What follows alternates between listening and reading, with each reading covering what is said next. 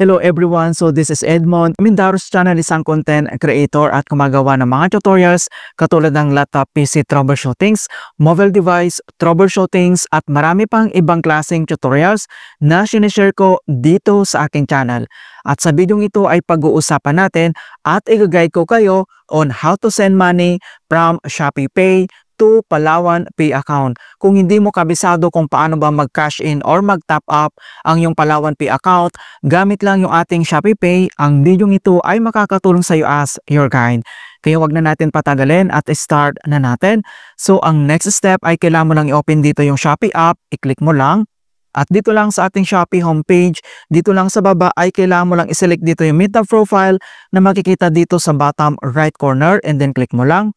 At dito lang sa ating Shopee homepage profile and then under lang dito sa My Wallet ay kailangan mo lang i-select dito yung Shopee Pay. So dito sa ating Shopee Pay, so dapat may available balance ka dito para magamit natin. So makikita mo dito yung ating available balance at next step, kailangan mo lang i-select dito yung Send Money na makikita dito sa right corner, i-click mo lang.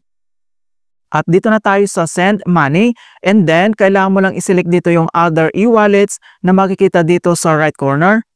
At dito na sa To e-Dash Wallet and then makikita mo dito yung Transfer to a New e-wallet, kailangan mo lang i-click yan.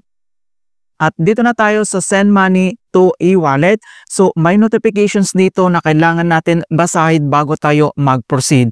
So please ensure the account details are correct. Transfer not be reversed if the receiving account is wrong. So kailangan mong i-double check mabuti yung nilagay natin dito na details bago tayo mag-proceed dahil hindi na ito marireverse kapag mali yung nilagay natin dito na informations. At next step, so dito sa full name, kailangan lang natin ilagay dito yung register na Palawan Pay na full name. So dito lang sa box, i-click mo lang at enter lang natin. Once nilagay mo na dito yung full name and then susunod naman ito yung e-wallet. So i-click mo lang dito yung select an e-wallet. At kailangan mo lang hanapin dito yung Palawan Pay. So pwede mo naman itong i-search or dito naman sa baba, kailangan mo lang mag-scroll down at i-select mo lang dito yung Palawan Pay. Kapag na-select mo na at susunod naman, dito na tayo sa phone number. At dito lang sa phone number, kailangan mo lang enter dito yung Palawan Pay na register na mobile number mo. So click mo lang dito sa box and then enter lang natin. Kapag na-enter mo na dito yung full name, yung e-wallet, and then phone number, and then kailangan mo lang i-double check kung tama lahat yung nilagay mo dito na details. Kapag okay na, and then makikita mo naman dito yung save recipient. So ang ibig sabihin nito ay kung gusto mong enable or i-disable ito, in the next transaction ay nakasave na yung details mo dito. Kapag okay na siya, and then dito na sa baba ay kailangan mo lang i-tap dito yung next. Okay, so makikita mo na dito yung details ng ating Palawan account. So nandito na siya. So send money amount, kailangan mo lang mag-enter dito kung magkano yung amount na ita-transfer natin. So enter lang tayo. Kapag nilagay mo na yung amount, and then dito naman sa right corner, itap mo lang dito yung done.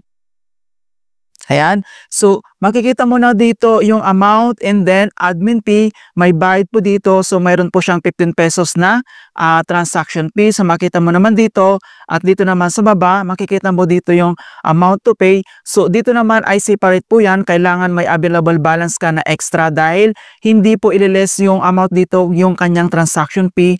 And then, kailangan mo lang magdagdag dito sa transaction fee niya na 15 pesos. So, dapat may extra na available balance ka dito.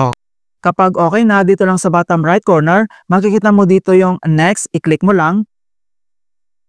At dito na tayo sa confirm transactions. So bago tayo mag-proceed, kailangan mong i-double check mabuti kung tama lahat yung details.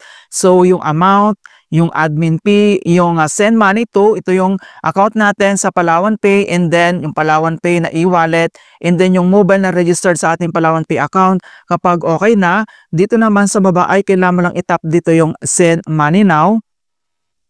At dito ay kailangan natin enter yung ating Shopee Pay PIN. So either gagamitin mo dito yung biometric or enter mo yung ating Shopee Pay. So enter lang natin.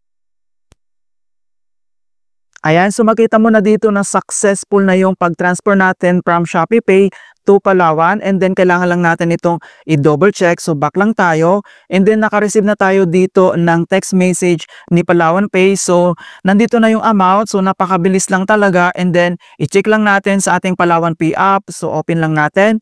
And then kailangan lang natin ditong mag-login. So gamit lang natin yung ating biometric verification. So makita mo dito sa ating mobile screen na na-cover na siya ni Palawan Pay para sa ating account security. And then tap lang natin dito para makapag-access tayo, ma-open ka agad. And then makita mo na dito na pumasok na yung amount na transfer natin sa ating ShopeePay. So dito naman sa top right corner, makita mo dito yung notifications, and then makita mo na dito yung ating transaction mga kaibigan. So money received via InstaPay, ito yung amount. Ayan, so napakabilis lang talaga kung paano tayo mag-top up or mag-cash in sa ating Palawan Pay gamit lang yung ating ShopeePay.